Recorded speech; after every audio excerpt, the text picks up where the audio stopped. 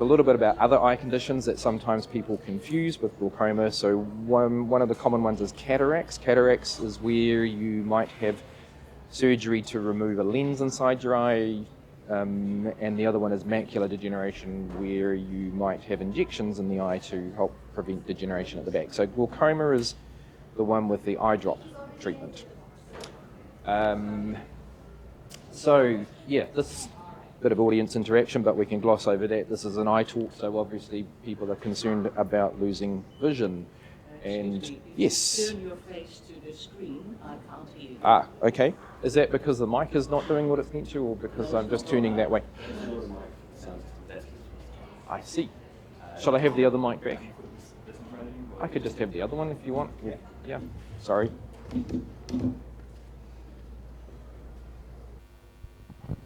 One, two. Is that any better? Cool. All right. So I'll have to turn that way a little bit just to occasionally see what's on the slide.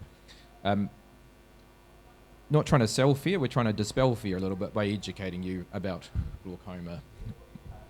So glaucoma is one of the leading causes of blindness in New Zealand. Shall I stand on that side? Okay, fabulous. I can look over there. So these numbers, I don't know exactly if they're perfectly accurate, but the point these numbers are trying to make is there is a lot of glaucoma out there that is undiagnosed. So people can have glaucoma and not actually necessarily know they have glaucoma. So to talk a little bit about what glaucoma actually is, this is, I love this slide. I don't even know what it is. It's some sort of cable, probably an 80s telephone cable, perhaps. Somebody's job, obviously, it was to connect all those little coloured wires up. No idea how they even managed that, but it's an analogy to an optic nerve, which is one of the biggest nerves in the body. The optic nerve's about 1 millimetre in diameter, and then there's about 1 million individual nerves inside of that. So it's quite a complicated nerve. And glaucoma essentially is damage to the optic nerve. Again, another quick analogy would be the USB cable that connects your phone. In the old days it was a camera to a computer. If you have a frayed USB cable, or if you live in my house and the cat eats them all the time, then the signal doesn't get through. And it's the same with the glaucoma. Your optic nerve is damaged. The eye itself is fine. The brain is fine. It's the connection between the two. Quick anatomy. The optic nerve is the bit at the back there, the big round thing. That is the bit that connects to the brain. You can also see a few other bits there, the macula. We talked about macular degeneration briefly, and the lens towards the front, which is where cataracts occur. So we won't worry about those things today.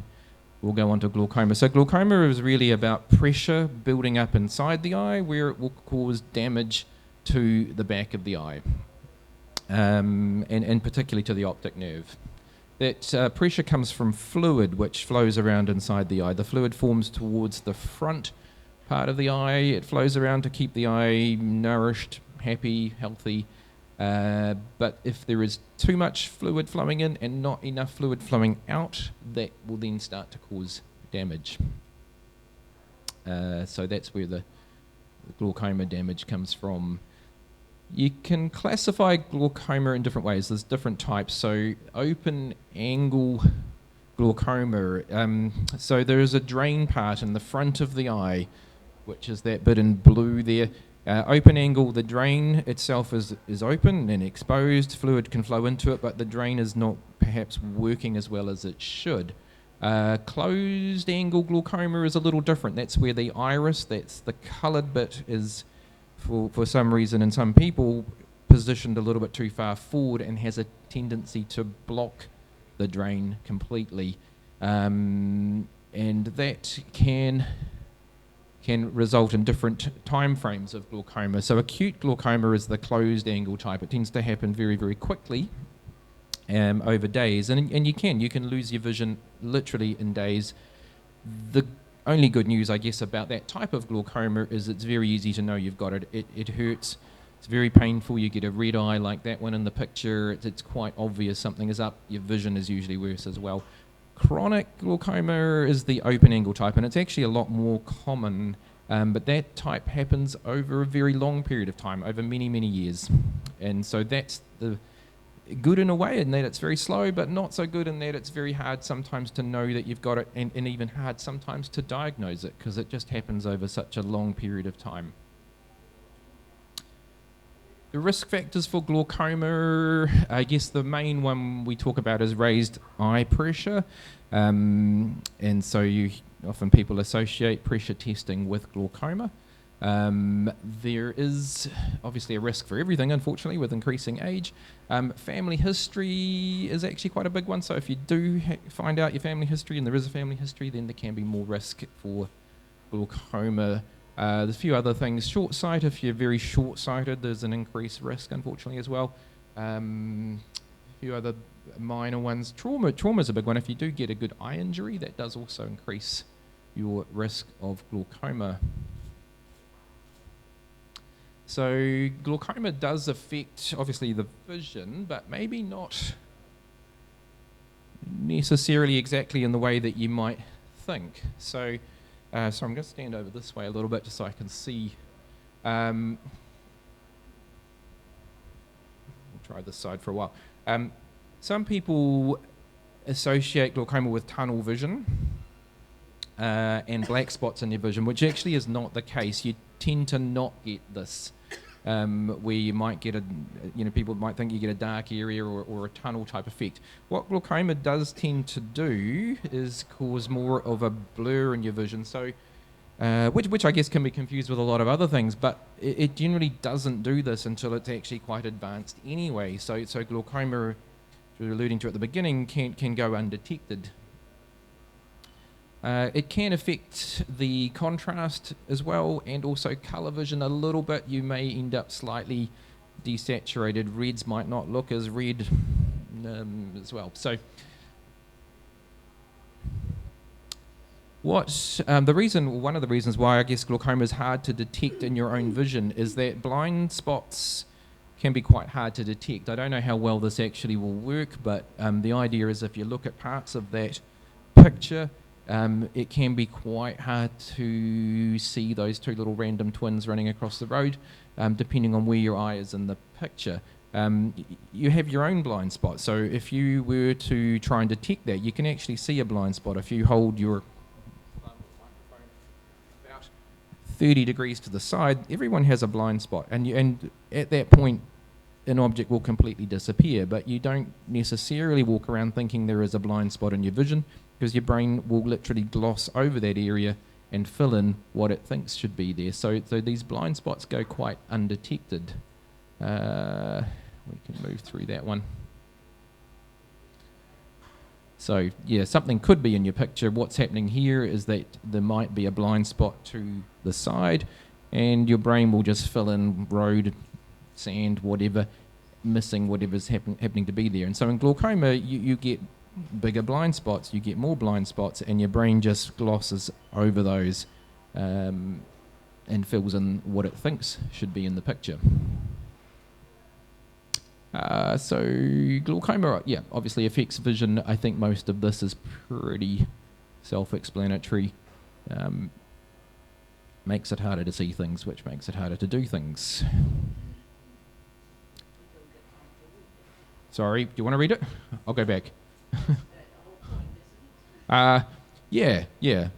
Conscious of time too, but certainly, yeah. Let's go back. If you want to have a read, obviously, it will affect your vision in lots of different ways. I guess one of the interesting ones here, perhaps mental health and falls. You might not necessarily think of that as a thing, but yeah, when you lose a sensory input, that can be a thing. But pretty much anything you can imagine sometimes will become harder as glaucoma becomes more advanced.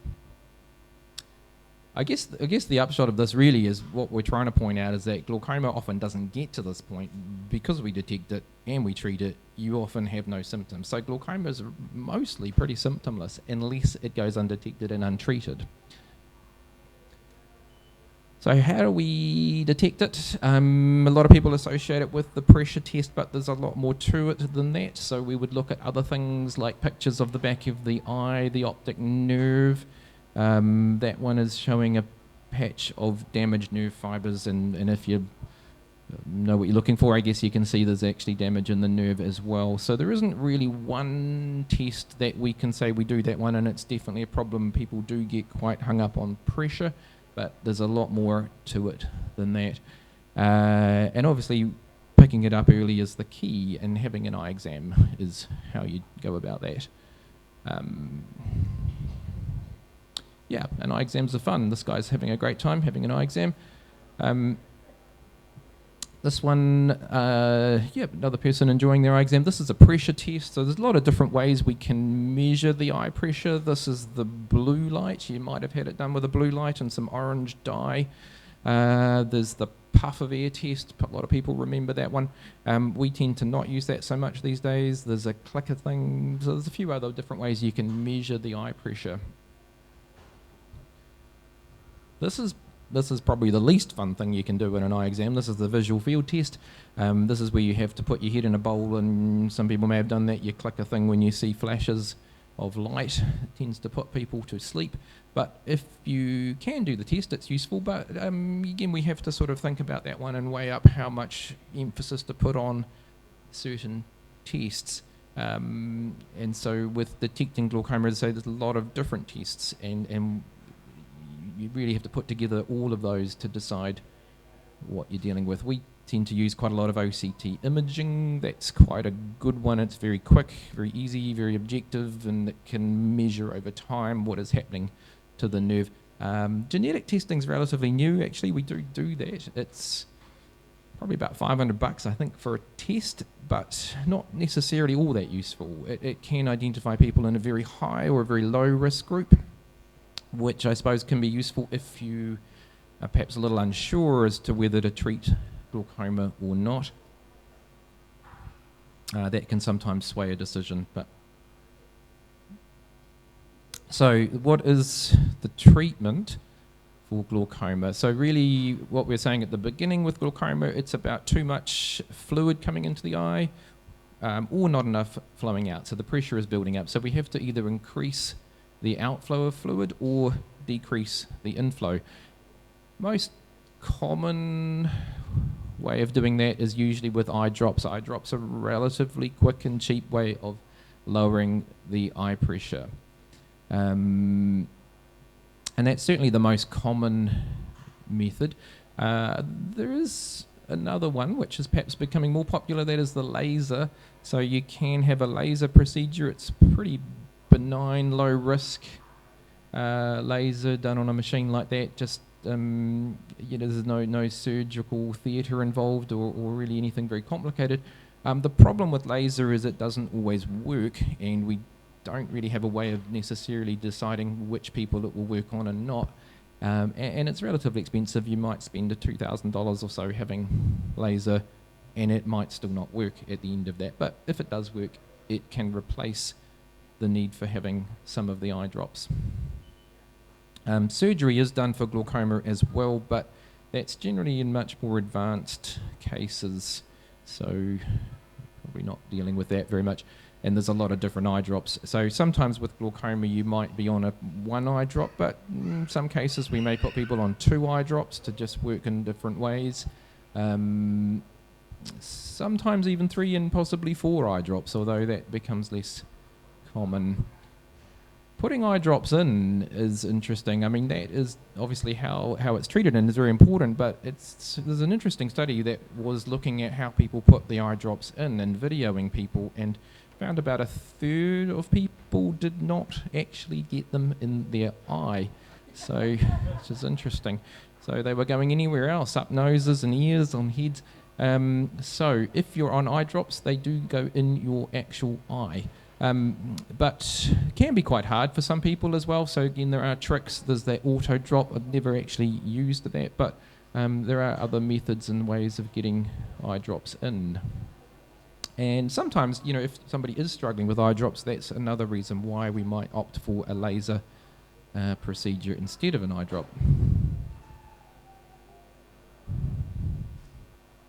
Yeah, the laser, I won't go too much into that one, but that's a very low-powered laser. This is what we're talking about. And it just lasers that drain area, which we were talking about earlier, the drainage angle, and essentially stimulates it to work better. More invasive surgery, again, this is much more advanced glaucoma. You literally put a drain pipe into part of the eye just to help outflow of fluid. So yeah, so I don't have any chocolate fish, so we don't need to do the interactive bits, but there is no specific cure for glaucoma, but there is management. So the point is, you don't get rid of it, you can't just do one thing and it's gone, but you can control it and manage it. So I think we're going twice over that one.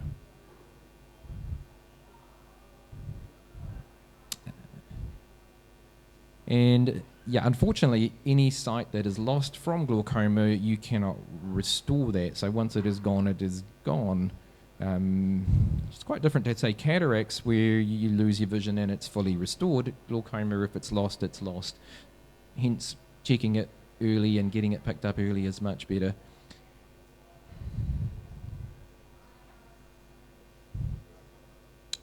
Right.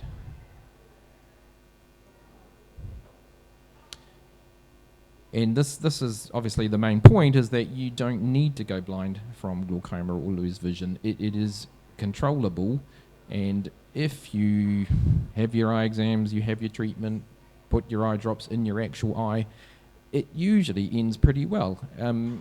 Most people, usually it can be controlled to the point where the loss of vision is either not much or minimized to the point where it isn't really causing a functional problem.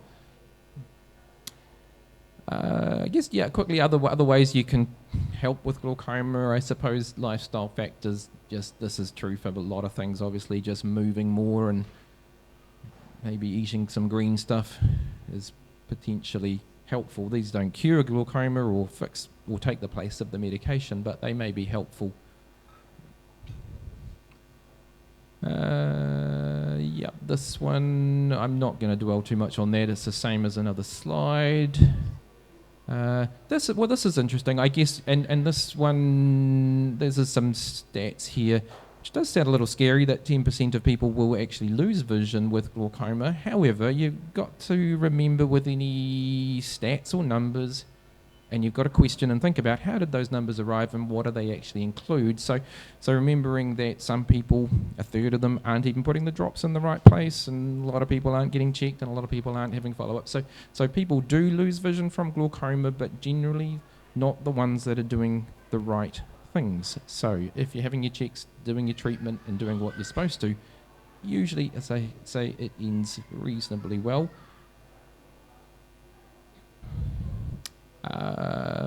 Probably won't dwell too much on this, but with any disease, there's an economic burden. Somebody's done some maths on that and worked that out for New Zealand. Glaucoma New Zealand, that is a charitable organisation. You can Google that, and there's a website and a phone number. So if you are interested in glaucoma or want more information or support, you can join up to Glaucoma New Zealand. It's a good thing to do. It helps to keep some statistics, and also if you do support it financially, that can help educate others and support research.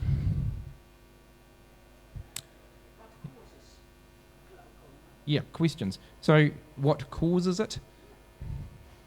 Well, so the mechanism is the pressure building up and damaging it, but yes, why do you get the pressure is probably your question. No, nothing to do with that. So people do ask that, and is it anything to do with tears and too many tears? It's nothing to do with that. Tears are on the outside. We're talking about fluid on the inside of the eye that is completely sealed and separate from your tears. Nothing to do with that.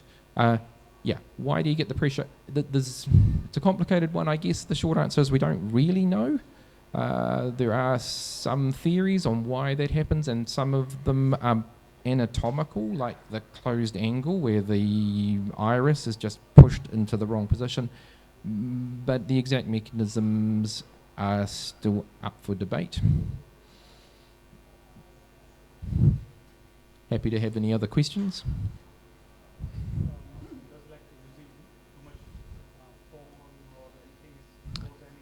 No. No. No. So there's really nothing that you might do with your eyes that will increase the risk. So if you're reading a lot, fine. If you're doing your phone a lot, fine. None of that influences it. Hello.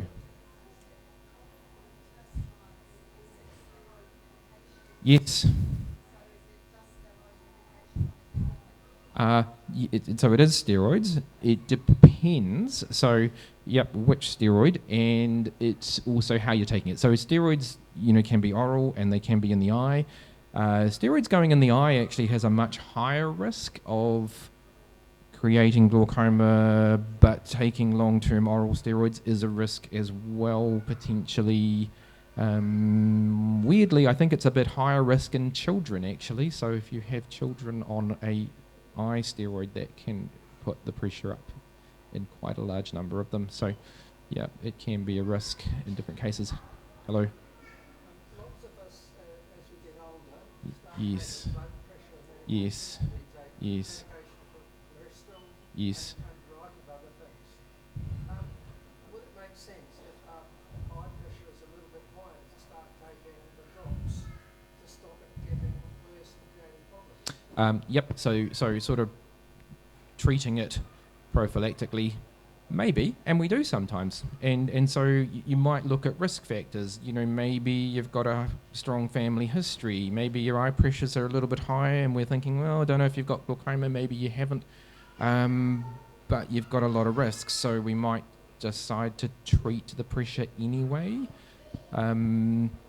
I guess when we're looking at all the tests for glaucoma, there are people that definitely don't have it and people that definitely do, and there's a big grey area in the middle we don't always know. And how we know is by doing more tests and doing it over time, and we can build up more of a picture.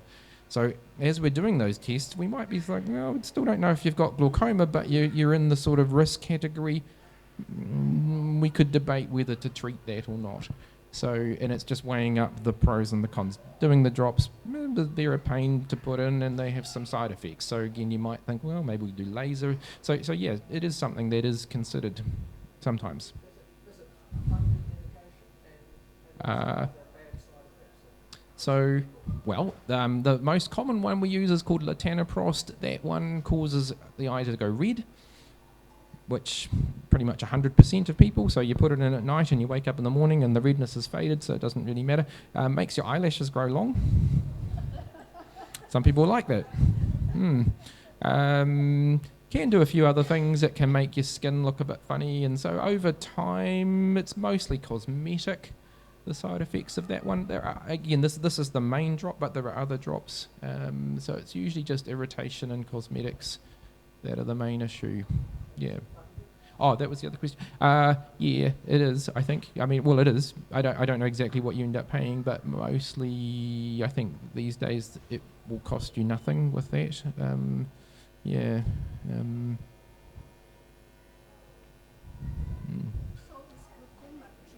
Oh, hang on. Sorry, you were slightly quicker.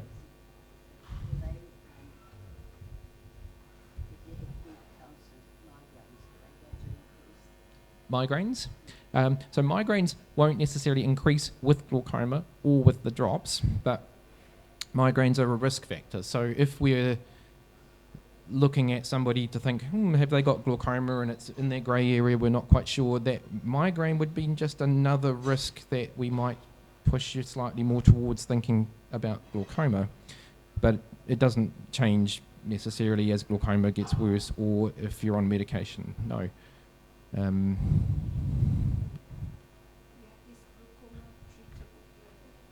Yeah, so it's manageable. So you're not curing it. You're not saying, here's your treatment, take it for 3 months and you're cured. It's manageable. It's like blood pressure medication. You go on that, you stay on it, and you manage it and you keep it under control.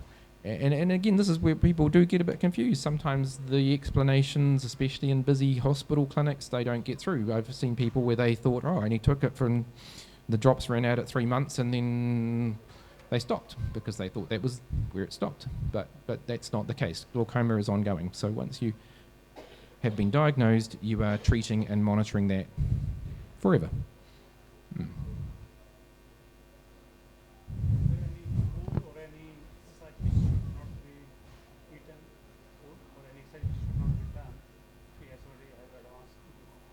Food. So again, food studies are interesting. I mean, it's hard.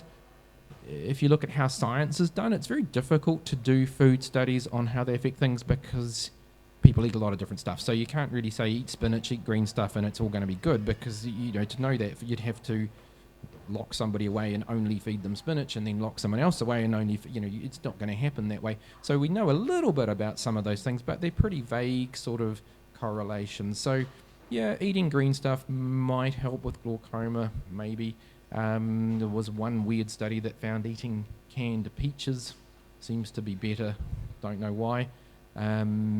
But these influences are pretty small. So a lot of diseases have a metabolic component, which means just being a generally healthier person, you're just probably going to do better with some diseases that are metabolic. So than if you're eating junk and not exercising. So yeah, again, same thing. Exercise helps metabolic function, so move more, your body's happier, most things are going to be slightly improved. But these aren't cures or fixes. You have to do that in conjunction with other treatments. Mm-hmm. Yes. Sure, yeah. Okay, well, that's an interesting topic. I don't know whether I'm getting pulled off for time, but yeah, there are some things that you can do that are not good for glaucoma, and one of them is being upside down. So when you're upside down, your head is below your level of your heart, and when that happens, your eye pressure increases. And when your eye pressure increases, obviously that's what we're trying to avoid. And so you've got to weigh it up. I mean, if you don't have glaucoma and you don't have a risk, well, do yoga. But if you have advanced glaucoma and you've lost 20% of your nerve, well, do you really want to be upside down damaging the rest of it? Probably not. So you have to weigh up each situation. Other things, swimming goggles. So if you have swimming goggles, tight fitting, people have found that puts your pressure up. So, but again, exercise is good. So you're trying to balance, your risks and, whether I'm not saying stop swimming, but it is another risk. Playing a brass instrument, wearing a tight tie. So there's a few things that can change the eye pressure.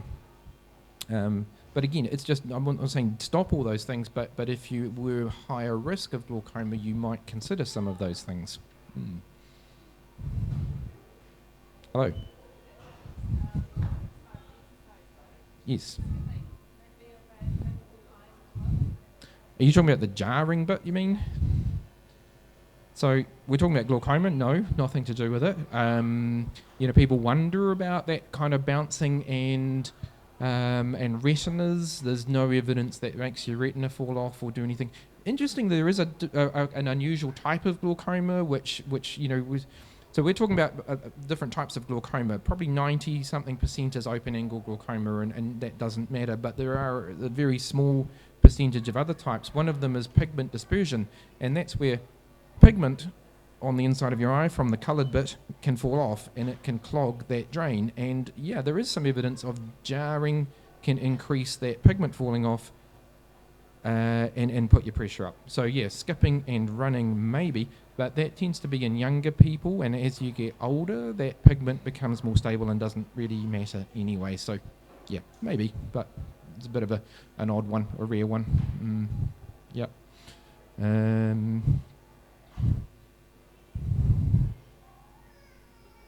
I haven't got any more slides, so anyone got any more questions?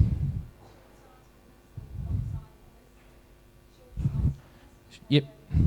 Oh, yes. The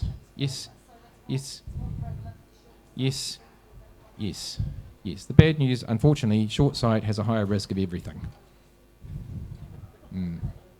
But high short sight, and if you're only a little bit, you just need glasses for driving and TV, it's probably, but we're talking about high short sight where you cannot see where the door is when you take your glasses off. Yep. So in the description of this, it said that you get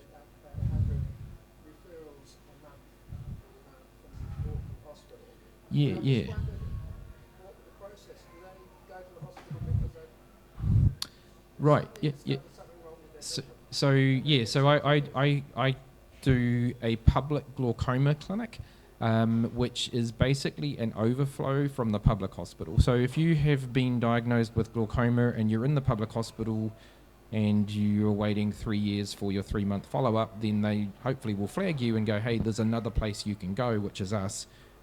So you need to be in that public system. You can't just enter through me. You would be in the public system already. You're not getting treated properly, and you happen to live on the shore, then yeah, you'll see me. There is another one in West Auckland as well, and there's another one in South Auckland that's like an overflow from the public clinic. Are these people who have gone to the hospital, Yes. phoned it up and said, I've got a vision? No. So the most glaucoma detection comes from referral from optometrists. They're the ones that are looking at the back of your eye, at the nerve, more so than your GP would be. And most of the glaucoma referrals will enter the hospital that way. Then you'll get assessed at the hospital. You then decided, is it glaucoma? If it's likely, then you might get treated and or referred out to one of these satellite clinics like myself for ongoing treatment and management. So... Yep, just a way of sort of taking the pressure off the public, really. They go to you as like a one-stop shop.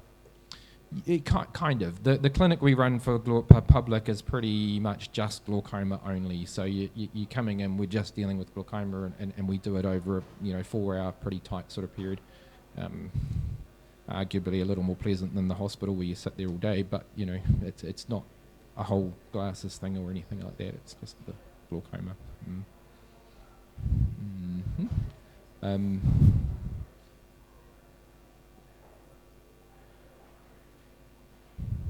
Don't know how we're going for time. Okay, well, anyone want to talk about anything else to do with eyes? Anything else about anything? Macular, yep.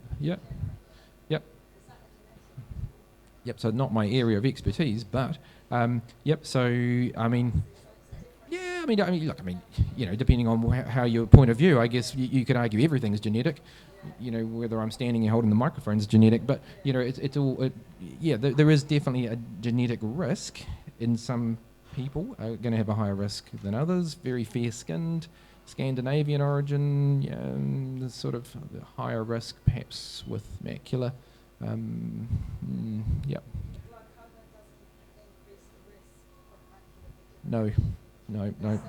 Correct. Glaucoma stands on its own. In some cases, cataracts can increase the risk of glaucoma, but most people are having the cataracts removed quite early on, and it's not really an issue. So, yeah. Interesting. With cataracts is the most common reason for blindness in the world. Mainly because people do not get surgery. So the Western world, you've got to remember we're only a small percentage of the planet, and we're pretty lucky we get cataract surgery. So, but it's actually a huge number of people go blind from cataracts unnecessarily. So where we are, glaucoma is what's left, and that's pretty much tops it for blindness and macular. What causes cataract? Age, Age. pretty much. Glaucoma is not. So glaucoma is you can have, we've got some glaucoma people who are 20s, 30s, it's pretty rare. You can have a baby with glaucoma. Again, quite unusual and quite rare, but it's not impossible. So most glaucoma will be over 40, and I think when you get over 70, it's about 1 in 10. So it's, increases with age as well. But cataracts, everybody gets cataracts at some point.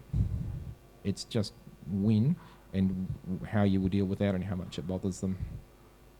But mostly, again, we're taking cataracts out very early in New Zealand before it affects vision. Yes, sorry, hello. Carrots? No. Sorry, did I say carrots or did you say carrots? Oh, right. Yeah, no. cataracts. No, don't worry about carrots. They're fine.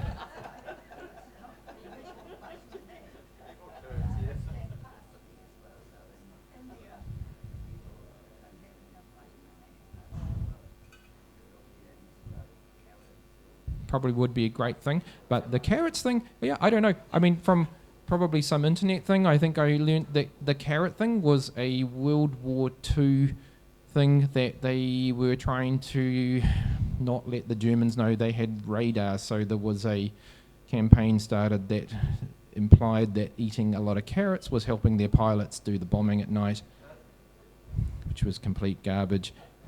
If you eat too many carrots and too much vitamin A, that is actually quite bad for you, so don't do that. If you have not enough, it does affect your vision. So with any vitamins and things, a good way to think of that is it's a bit like filling your car up with petrol. If you have no petrol, your car does not go, but if you put more and more petrol in, it does not make your car go faster. You just have to have the right amount. So excessive carrots, don't do that. This question is about waiting lists for cataract operations. Oh, great. Because occasionally we read in the paper about people who can't drive anymore Mm-hmm. or can't even work because they're on the waiting list for cataract operation. Once you get to the threshold for an operation in the public system, how bad would your vision be expected to be? It's about the driving standard. So when you are losing your license, that's when the threshold is. So It's quite low. it's not great, yeah. But the good news is it does happen reasonably quickly. Once you hit that threshold, most people will be within 6 months-ish. The problem is getting to that threshold. So, yep, okay. So about 5,000, give or take, per eye. Yep. So, yeah. Oh, right. Okay, I'm being dragged off. Thank you very much.